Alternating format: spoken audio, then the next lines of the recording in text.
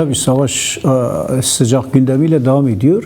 Anlık haberler alınıyor, anlık değişimler var, anlık olaylar gelişiyor. Çünkü Orta Doğu'da İran gibi bir köklü devletin tüm Orta Doğu'yu etkileyen elindeki enerji kaynakları Hürmüz'le birlikte tüm dünyadaki gaz ve petrolla yönelik üretilen dağıtımının hemen hemen tıkatmasıyla birlikte tüm ekonomik olarak da dünyayı etkiledi. Çünkü ticareti Çin'le, Avrupa Birliği'yle tümü üzerinde etkiliyor. Sadece kendisinin değil, kendisiyle bağlı tüm Arap Körfezi'ndeki Suudi Arabistan'dan Katar'a kadarki gaz üreticilerinin, petrol üretiminin tümü şu anda durma noktasında. Evet. Şimdi bu dünya ekonomisini etkiledi. Dünyadaki var olan Avrupa Birliği'nin ekonomisini, ilişkilerini etkiliyor. Dikkat edilirse tümü Amerika dışında kalarak tüm bölgeyi, tüm uluslararasını etkileyen, uluslararası güçleri etkileyen bir çatışma durumu var. Ve bu çatışma durumu böyle bir koalisyon gibi, Amerika'nın eskide istediği gibi Irak'a yönelik tüm güçleri bir yanında tutan bir koalisyon yok. Öyle sadece İsrail ile birlikte. İngilizler bile girmedi. İngilizler kendi üslerini açmadı. Çok dayatmadan sonra biraz üslerini kullanmasına izin verdi. Fransa yeni biraz olayların çok gelişeceğini gördüğü için Doğu Akdeniz'e uçak gemileri gönderiyor. Yani direkt Amerikan koalisyonu içerisinde yer alan Amerika ile birlikte İsrail'in dayatmasıyla olduğu ortaya çıktı. Zaten Amerikan Dışişleri Bakanı dedi İsrail vuracaktı. Vurmadan önce biz girdik ki bize yapılacak saldırıyı önleyelim. Önleyici savaş. Önleyici. Yani İsrail'in onları savaşa kattığını açıkça belirtti. Amerika kaynıyor. Amerika içinde Amerikancı olan güçler işte biz Amerika'yı savaş dışında tutacaktır demelerine rağmen Trump'a destek verenler şu anda onlar tepki göstermeye başladılar. Dikkat edilirse böyle uluslararası alanda Amerika'yı etkileyen, Avrupa'yı etkileyen, Çin'den Rusya'ya kadar etkileyen, içinde yer aldığı böyle kompleks bir o gelişim var. Demek ki bu savaş tüm dünyayı etkiliyor. Özellikle bölge ülkelerini etkiliyor. Ve İran'a yönelik saldırı. İran niye bu kadar köklü? İran hem demografyası, hem coğrafyası, hem tarihsel, kültürel olarak Orta Doğu'da Pers geleneğini 2000 yıldan beri daha fazla 3500 yıl boyunca böyle devam ettiren köklü bir devlet, bir gelenek. Kendisi sadece Fars geleneği değil, içinde Türkmenleri, Kürtleri, Belucileri, Şiaları, Sunileri, birçok gücü, Azerileri barındıran böyle tüm Orta Doğu'nun halklar mozaiği gibi bir yer. Ondan dolayı tüm her tarafı etkiledi. İran köklü, İran hegemonya isteyen, Orta Doğu'da egemenlik iddiasında olan binlerce yıl Orta Doğu'yu yöneten bir güç. Türkiye ile Osmanlılarla birlikte. Osmanlılar 1000 yıldır fakat Persler 2500 yıla varan bir egemenlik, hegemonya tarihsel durumu var. Şimdi bundan dolayı bir çatışma var. Şimdi Batı yeniden bir hegemonya saldırısı yapıyor. İşte İskendervari ya da diğeri gibi Persler sözde bunun savunması içerisinde bunu tekrar bir rövanşı veriliyor. Ama bununla birlikte orada ne var? Orada Orta Doğu'nun dinamikleri, Orta Doğu halklar dinamiği tümü devrede. Evet. Tümü şu anda baskı altında. Şimdi bu kadar köklü bir gelenek, köklü bir çatışma, hem medeniyetler çatışması gibi bir çatışma, Batı ile Doğu arasındaki çatışma gözler önünde. Fakat bunu İsrail çok böyle hassas bir şekilde İbrani anlaşmaları gibi sadece dışarıdan Amerika ya da Anglo-Sakson güçlerle İsrail'in ortak bir saldırısı değil de yani Hristiyan ve Yahudilerin Müslüman Şialara karşı Arap, Suudi, Körfez ülkelerini alarak işte bir Arap-Fars çatışmasına dönüştürmeye çalışıyor. Yani şu anda birçok güç bölgesel iç çatışma yaratmaya çalışıyor. Bölge ülkelerini ne kadar çatıştırırsan zayıflat, parçala ve kendine bağla. Aslında budur. Orta Doğu'daki bu kaosun temel amacı bu. Tüm karşıdaki güçleri İsrail, Amerikan ve Avrupa sermayesinin hegemonya oluşturmak istediği bir güç. Onun gücü, vurucu gücü şu anda askeri güç olarak. Onun üzerinde dayanarak, İsrail'e dayanarak Orta Doğu dizayn ediliyor. Orta Doğu'daki Şia güçleri vardı. Şia güçlerinin merkezi neresi? Ana güç, akıl, İşte İran'dı. İran'daki dini liderdi. Dini lider vurularak ideolojik bir darbe vuruldu. Stratejik akıl yönünden.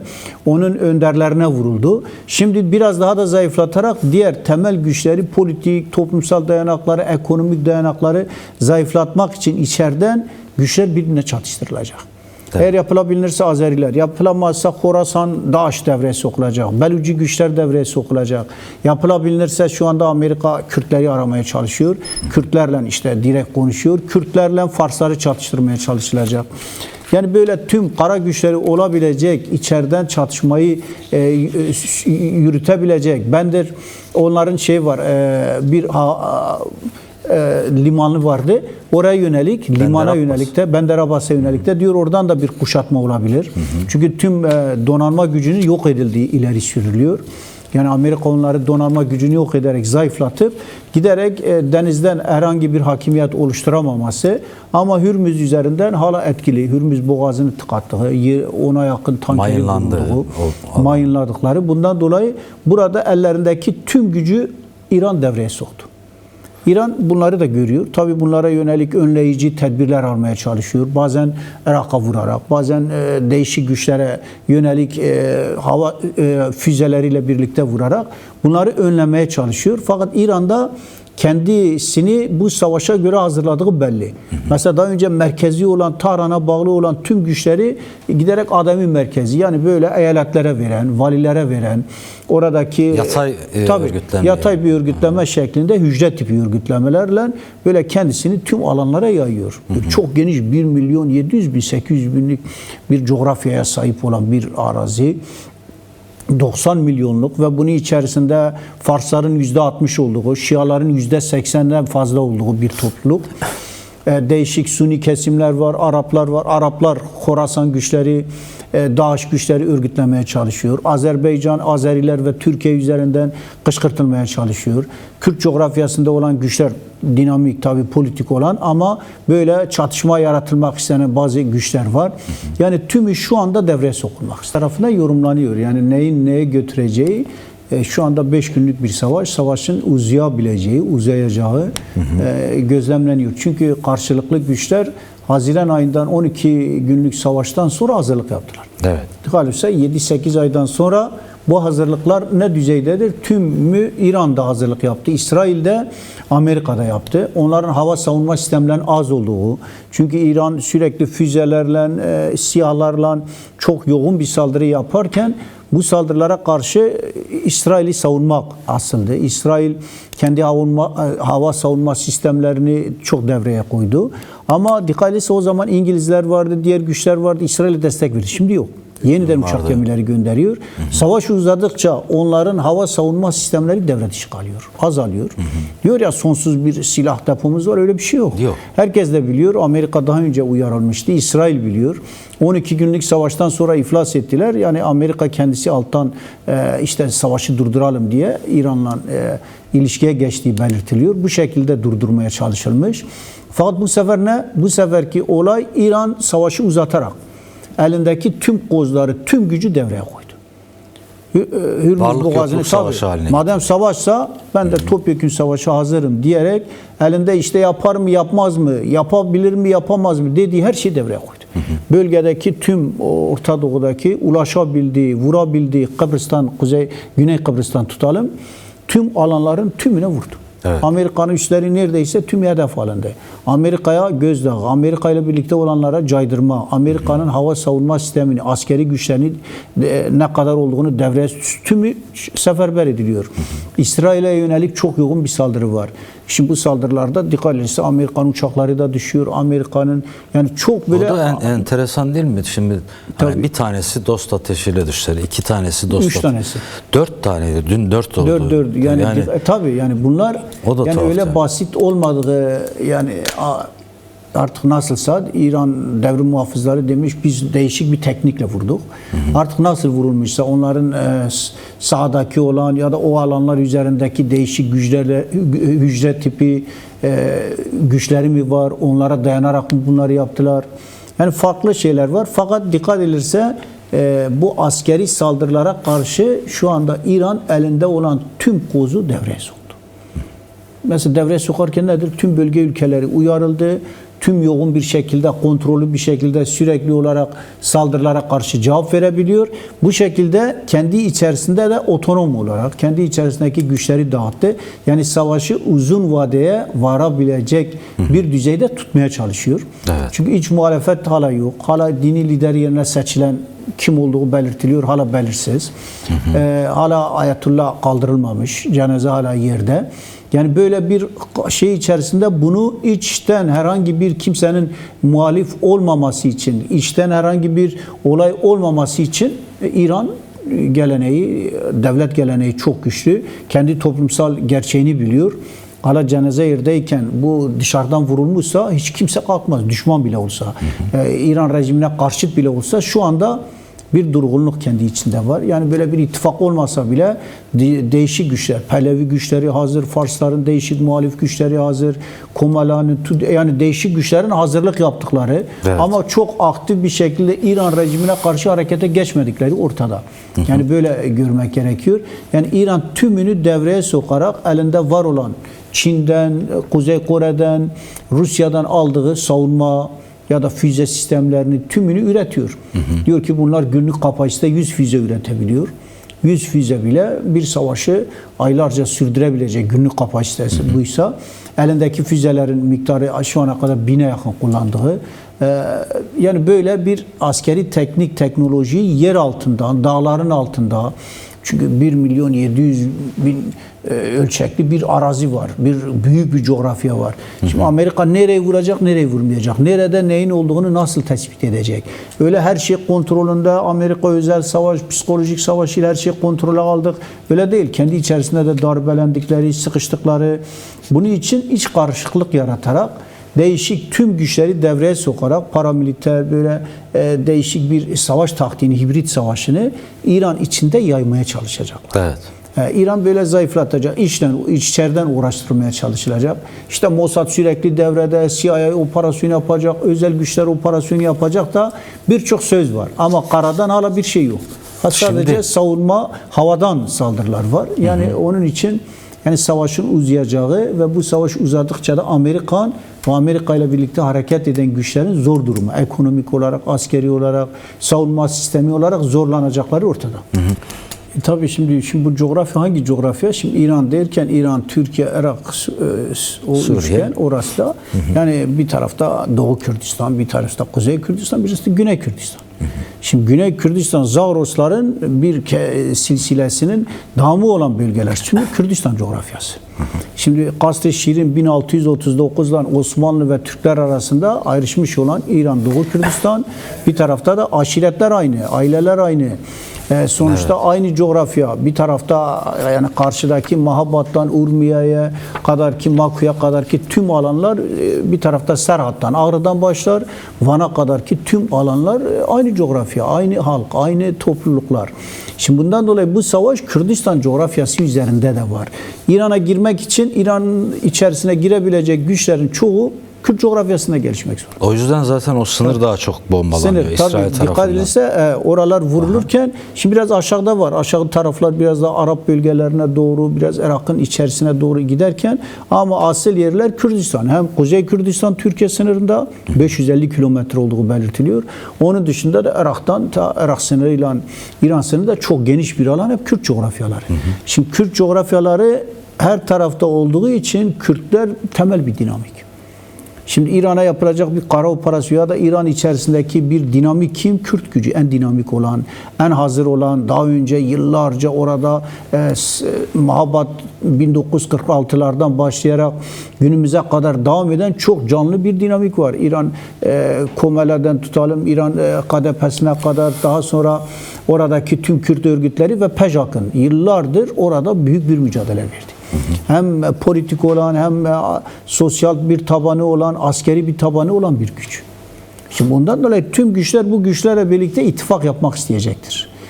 İran'a çağrılar yapıldı. İran'a bu beşli hareket ederken Kürt güçleri dedi ki biz Kürt haklarını istiyoruz. Kürtler kendi kaderini tayin edecek. Türkiye, İran'daki demokratik süreçle birlikte onların haklarını kabul ettikçe biz de bu süreçte İran'a karşı bir hareket içerisine girmeyiz. Ama İran Demokratik halkımıza siyasette de saldırdıkça, ısrarcıyız dediler. tabii İran halkımıza saldırdıkça halkımızı savunmak için de elimizde olan tüm güçleri seferber ederiz. Hiçbir gücün yanında yer almayacaklarını dış güçlerin. Ama bu ne anlama geliyor? Bu tabii niye İsrail, Amerika, dış güç, dışarıdakiler yani biraz küresel güçler Kürtlere muhtaç? Kürtler bir güç. Orta kilit Doğu'da bir aktör güç. aslında Kilit orada tabii. yani. Kapı bizde. Bizde kapı kilidi açmadan oradan da giremiyor. Suriye'ye giderken de Kürtler de kilit. Kürtlerle Türkler, Osmanlılar ne yaptılar, ne ettiler giremediler. Kürtler onları tıkattı. Ondan dolayı bir intikam. Yoksa bir Şam'a gidecektik, buraya diyecektik. Yeni Osmanlıcılık oyunları. Bu sefer ne? Bu sefer de tüm Persleri ele geçirmek isteyen İsrail zihniyeti. İsrail diyor ya biz 2000 kaç yıl önceki tekrar savaşı canlandıracağız. Tarihi savaşlar. Gidip Pers imparatorunu yeneceğiz gibi böyle bir zihniyet var. Ele geçireceğiz. Cihadist bir zihniyet aslında. Yani iki tarafta. kökten Siyonizm de yani. öyle, Şiacılık da öyle. Evet. Şimdi bir çatışma halinde. Bir tarafta da Emeviler. Emeviler Şam'da şu anda Emevi Colani onu hortlatmaya çalışıyorlar. Bunu Suudi Arabistan besliyor, parasını veriyor Katar'la birlikte. Türkiye'de pofluyor İhvancılarla. Onlar da diyor biz gidip Irak'taki tüm yerlere Basra'ya ele geçireceğiz. Ondan sonra gideceğiz ta İran'daki yerlere kadar orada biz Emevi İmparatorluğunu Sunni Arap güçlerini geliştireceğiz. Dikkat etse karşılıklı olarak böyle bir durum var. Kürtler burada demiyorlar biz biz kendi bölgelerimiz dışına çıkıp böyle bir hedefimiz gidip Bağdat'ı ele geçireceğiz. Gidip işte Tahran'ı vuracağız. Öyle kimsenin söylemi yok. Kürt güçleri diyor ki biz kendi topraklarımızda, kendi coğrafyamızda, kendi alanlarımızda kendi kendimizi idare edecek bir öz yönetim istiyoruz. Kendimizi idare edebilmemiz gerekiyor. Bunun için ittifak yaptılar. Bu çok önemliydi. Bu tarihi bir dönemde böyle bir ittifak yapmak bir hazırlık. Bu ittifak yaparken de hem siyasi ittifak, hem askeri ittifak, hem diplomatik ittifak öz savunma gücünü yüz binlere çıkarması gerekiyor. Evet. Çünkü çok büyük bir tehlike var. Şimdi herkes silahlanmak zorunda. Herkes kendi köyünü, kasabasını savunmak zorunda. Bu ne anlama geliyor? 16 milyonluk bir İran coğrafyasındaki Kürtler bu konuda kendisini savunabilecek, dağlara dayanan, kaçakçılık yapan bir topluluk var. Daha önce sürekli olarak örgütlenmiş olan Kürt güçlerini değişik şekilde içinde yer alanlar var. Bunları hali hazırda gidip bu politik güçler, örgütlü güçler, PEJAK ve ortak ittifaklarıyla çok kısa süre içerisinde örgütleyebilir. Kısa süre içerisinde var olan boşlukları doldurabilir, kendi savunmasını oluşturabilir. Yüz binlere varan büyük bir güç oluşur. 19 Temmuz 2012'de Rojava'da gerçekleştirildiği gibi aslında. Yani tabii ondan daha dinamik. Çünkü Rojava coğrafyası dağ yoktu. Evet, İmkanlar yoktu. Böyle kopuktu birbirinden. Fakat orası birleşik bir coğrafya, çok güçlü bir coğrafya. Kaçakçılık yapmış olan, yıllarca dağları savaşın tanıyan, içerisinde kalan, onlarca örgütün, PEJAK'ın, hareket güçlerinin, diğer güçlerin kendisini örgütledikleri bir alan. Coğrafya tanınıyor, alan tanınıyor. Halk bu mücadeleci güçlerle birlikte Kürtler kendi kaderini tayin edebilmek için tabi orada da yer iç içe gelişen coğrafyalar var. Kim var? Mesela Urmiye diyor ki Azeriler içerisinde değişik yerler var. Azerilerle Kürtler iç içe. Ki Azeri nüfus çok daha Tabii, fazla. Azerbaycan yani. Ayrı bir şey. Azerbaycan'ın bir kısmı büyük bir coğrafya. %16'sını onlar teşkil ediyor. Büyük bir coğrafya aslında. Onlar da Farslardan sonra gelen en büyük kalabalık coğrafya ve alan. Demografyada onlara ait. Tebriz, değişik bölgeler. Şimdi burada halklar bir arada ittifak yapınca bu çatışmalar öne alınır. Şimdi burada da aynı strateji uygulamak zorundasın. Çünkü iç içe geçmiş. Yok bu coğrafya benim, burası benim dersen, diğer halklarla çatışmaya girersen ne olur? İç çatışmaya döner. Kürtler Azerilerle, Azeriler Farslarla, Kürtler Farslarla, değişik güçlerle birbirlerine giden ama ortak. Biz kendi coğrafyamızı ortak koruyacağız. Kürtler birlikte koruyacak ve Kürtlerle birlikte olan halklarla birlikte Urmiye'de de Kürtlerin coğrafyası her tarafta ortak. İşte bunun için yani demokratik ulus derken, halkların kardeşliği, birlikteliği derken bunlar neyi kazandırır? Sadece Kürt coğrafyası kopuktur, yetmez. Evet. Önder hatırlıyorum diyordu ki siz Afrin'i, Kobani'yi, Cizre'yi kurtararak sadece sınırlı kalırsanız yapamazsınız. Mutlaka Araplarla ittifak yapmalısınız. mutlaka alanı Haseki diğer bölgeleri ele geçirin. Önder Apo dedikten sonra harekete geçirir. Kimse Haseki'yi ele geçirme diye bir şeysi yoktu ama bak Haseki şu anda Kürtlerin bir vilayeti durumunda kaldı. Valiliği. Yani valilik kaldı. Yani bu Kürtler adına şimdi burada da öyle ortak şimdi Urmiye her yerde Kürtler demeyecekler. Alın size olsun Azeri güçler ya da diğerlerine Kürtlerin ata toprakları. Evet. Şimdi Urmiye ortak. Şimdi iç içe geçmiş bir demografya var. Şimdi bundan dolayı da hassas. Yani bazı konularda hareket edilirken ortak ittifaklarla, diğer halklarla da, Belücilerle de, diğer ortak Farsların muhalif güçleriyle de ortak. Ama o biraz önce Pehlevi'nin dediği gibi biz ayrılıkçı güçlerle hareket etmeyiz, onlara topraklarımızı bölmeyiz diyen tekçi, faşist, sadece monarşik bir zihniyet boş. Şimdi onlar da politik güçler yani Kürdistan'daki güçlerin tümü biliyorlar komşularla nasıl ilişki sağlanır. İran gibi bir güçler nasıl ilişki içerisine girdiler. Şu anda böyle İran'ı tümden Farsları karşılarına alma gibi bir durum olmayacaktır. Yani Kürtler de kendi bölgelerini, kendi mıntıkalarını korumak, kendilerine saldırı olduğu için bu saldırıya karşı misilleme, cevap verme hakları var. Şimdi bu konuda onu saklı tutuyorlar. Şimdi Kürt örgütlerine saldırı yapılınca her yerde o Kürt örgütleri kendisini savunabilir. Elleri almak mutlaka yani. Ama bunu Amerika işte biz bunu hazırladık, biz bunları yaptık, bizim için bunlar çatışıyorlar değil.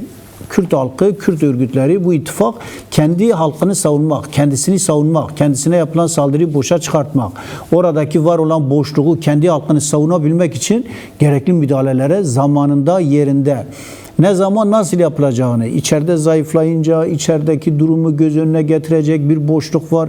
O dönemde devreye girer. Böyle çok ne aceleye ne de çok böyle zamana yayarak. Zamanın ruhunu, doğru zamanı diyor ya devrim koşulları, somut koşulların somut halini yapılınca hangi dönemde nasıl adım atılacak? Şimdi bunun için ne gerekiyor? Stratejik bir Kürt aklı, ortak akıl. Böyle parçalı değil. Bu öyle yapalım, şöyle yapalım değil. Ne zaman neyi yapacaklarını, böyle Amerikan biraz şey yapacak, İsrail yapacak, onların çıkarı değil. Kürtlerin stratejik çıkarları ne zaman, neyi gerektiriyor? Kimlerle nasıl adım atması gerekiyor? O zaman kendileri karar verecek. Ortada olan güçler varsa, çıkarlarına uygunsa, taktik ittifak gerekiyorsa yapar. Yapmaması gerekiyorsa yapmaz. İran'ı karşısına alması gerekmez. Çünkü İran saldırmadıkça. Evet. İran rejimi böyle ama İran rejimi de Kürtleri kabul edecek. Kürtlerin oradaki halklarını, Kürtlerin kendi kaderini ya da oradaki özel otonom güçlerini kabul etmek zorunda. Kabul etmedikçe baskıyla biz gerekirse vururuz, imha ederiz. Böyle üstenci hala böyle devrim muhafızan açıklamalarla yok ederiz. Böyle yaparız söylemleri onlara yok edilmesine yol açar. Bu çatışmanın zeminidir. Çatışmaya yol açar. O zihniyet İran'ı parçalar. Uyardı. Önder Apo dedi böyle giderse de zihniyeti parçalayacaklar. Ama bunun dış güçlerle ya da dışarıdaki küresel güçlerin diğerleriyle değil. Onlar yaparsa, halka saldırırsa Kürt halkına, Kürt halkı da kendisini meşru savunma içerisinde tutar. Ama böyle Amerika muhtaç durumda. İsrail muhtaç durumda, zor durumda. Bunlar için kimse kendisini feda etmez. Ama kendi halkının çıkarları için tüm güçler devreye gider. Zamanında, yerinde. Onların istemi için değil. Epstein'le zor durumda olan, şu anda sıkıştırılan Trump'ı kurtarmak için yapmaz bunu. İsrail'deki Netanyahu için kimse bunu yapmaz. Ama Orta Doğu'daki halkların çıkarı neye gerekiyor? Kürt halkının çıkarı neye gerekiyor? Orada Sayın Mesut Barzani'de, Sayın Talabani'de, Pejak'ta, Kürt halk önderi tümü burada ne söyledi? Dedi ki biz üçüncü seçeneği, biz ne dışarıdan saldıran güçlerin yanında olacağız, dış güçlerin, küresel güçlerin ne de diğer güçlerin. Ama bize saldıran kim olursa da kendimizi savunacağız. Bu ittifak yapmama anlamına gelmez. Devrim ittifaklarla yürür. Devrim ittifakların ürünüdür. Tek başına değil. Sen adım atacağın zaman tüm güçleri, İran rejimiyle de diyeceksin beni tanı, kabul et bu alanlarda ben kendi denetimimi sağlayayım. Çatışmama temelinde. Kabul ederse Suriye'de biraz öyle oldu, geri çekildiler. Ya da adım mecbur kaldılar. Diğer güçler girecekti. Ya da öyle değil de değişik şekilde saldırırsan diğer güçlerle birlikte ittifak sağlarsın. Seninle ittifak sağlamak isteyen. Türkiye burada akılcı hareket ederse Hakan Fidan diyor ya biz izliyoruz. Kürt güçleri ne yapacak? Kürtler de Türkiye izliyor. İzliyor yani ne yapacaksın? Ne edeceksin? İçeride tampon bölge gideceğim Kürdistan'a, Doğu Kürdistan'ı işgal edeceğim. Askeri güç oluşturacağım. Orada halkı göç etmek isteyen halk için kamp oluşturacağım. Bu hikaye. Sen ne diye gidip içeri gidiyorsun? Doğu Kürdistan işgaline güç göndereceksin. Orada zaten güçler var. Onlar orası kendi için kampını kurarlar zaten. sen kendi sınırlarını savunacaksan yok. Ben Tebriz'e, Urmiye'ye göz dikerim dersen, Kürtlerle ittifak yapmazsan, bir çatışma zemini yaratırsan, orada Kürtler öyle değil yani 16 milyon, burada da 5 milyon, orada 20 milyon, 60 milyon bir Kürt halkı bu sefer ne yapacak belli değil. Yani kim neyin içine gireceği belli değil yani. Sen bu sefer böyle bir şeyin içine rahat giremeyeceksin. Zavruslar var önünde, dağlar var. Kürt halkı burada kendisini örgütlemiş. Yani öyle büyük bir güç var. Öyle basit sıradan gideceğim, hemen bir dağdan diğerine geçeceğim. Türkiye her şeyi yapabilir dersen kaybedersin. Evet. Türkiye akılcı, doğru bir şekilde Önder Apo'nun belirttiği gibi Kürt haklarını tanıyarak hareket ederse Türkiye bölgede kazanan bir güç olur. Tam İran Şii güçleri darbelenir, işte zayıflatır. Türkiye'de ben yayılırım, her şeyi kontrolüme alırım. İran'dan daha beter. Kürt haklarını da tanımam, Kürtleri kendi kontrolüme alarak işte yeni bir fırsat yakaladım buradan. Fırsat yakalayayım dersen bu sefer yeni bir çatışmaya girersin. Yeni bir çatışmaya girmektense Amerika burada ne diyor? Diyor Kürtler kendi haklarını, idarelerini tanısınlar. İsrail, Amerika onlar diyor. Türkiye akılcı hareket etmesi demek Kürtlerle ittifak yapması demektir. Kürtlerle ittifak yapar. Reber Apo dedi yani. İttifak yap kazan. Yok. Yapmazsan bu sefer hangi güçler diyor? Bak Amerika, İsrail hazır. Diyor ki Kürtler hareket etsin. Ben istediğini yaparım. Hava gücü de havadan gücü ben olurum. Kara gücü sen olursun. 30 bin, 300 bine olursun. 500 bine ulaşır. Bir baktın 500 binlik bir Kürt gücü kısa sürede oluşacak. Oluşur yani. Oluşmayacak diye bir şey yok. Şimdi Kürtler hazır buna. Kürtlerin dinamiği var. Kürtlerin gençleri çok. 20 milyonluk orada bir kitle başvur Rojilat Kürdistan'ı çok geniş. Halklarla birlikte ittifak sağlayan bir güç var. Şimdi halklar hazır buna. Kürdistan halkı hazır. Onun için bu konuda eskisi gibi Rojava gibi ben yönelirim, yaparım demek onlara bir şey kazandırmayacak, kaybettirecek. Kaybettense kazan politikası. Kazan yapacaksa akılcı bakalım. Hakan Fidan fazla akılcı bir adam değil ama Erdoğan ya da Bahçeli ya da devletin, norm devleti Kürtlerle ittifak yapıp kazanırız derse orada da bir kazanım alanı olur. Yok saldırırsam buraları ele geçiririm, tampon bölge oluştururum derse yeni bir çatışma Rojava'dakinin bir bölümü bu sefer aynı hikayeyi götürüp Rojilat'a ne süreç ne mireç Kürtlerle yine çatışma Önder Apo diyor barış iki kazanırsınız.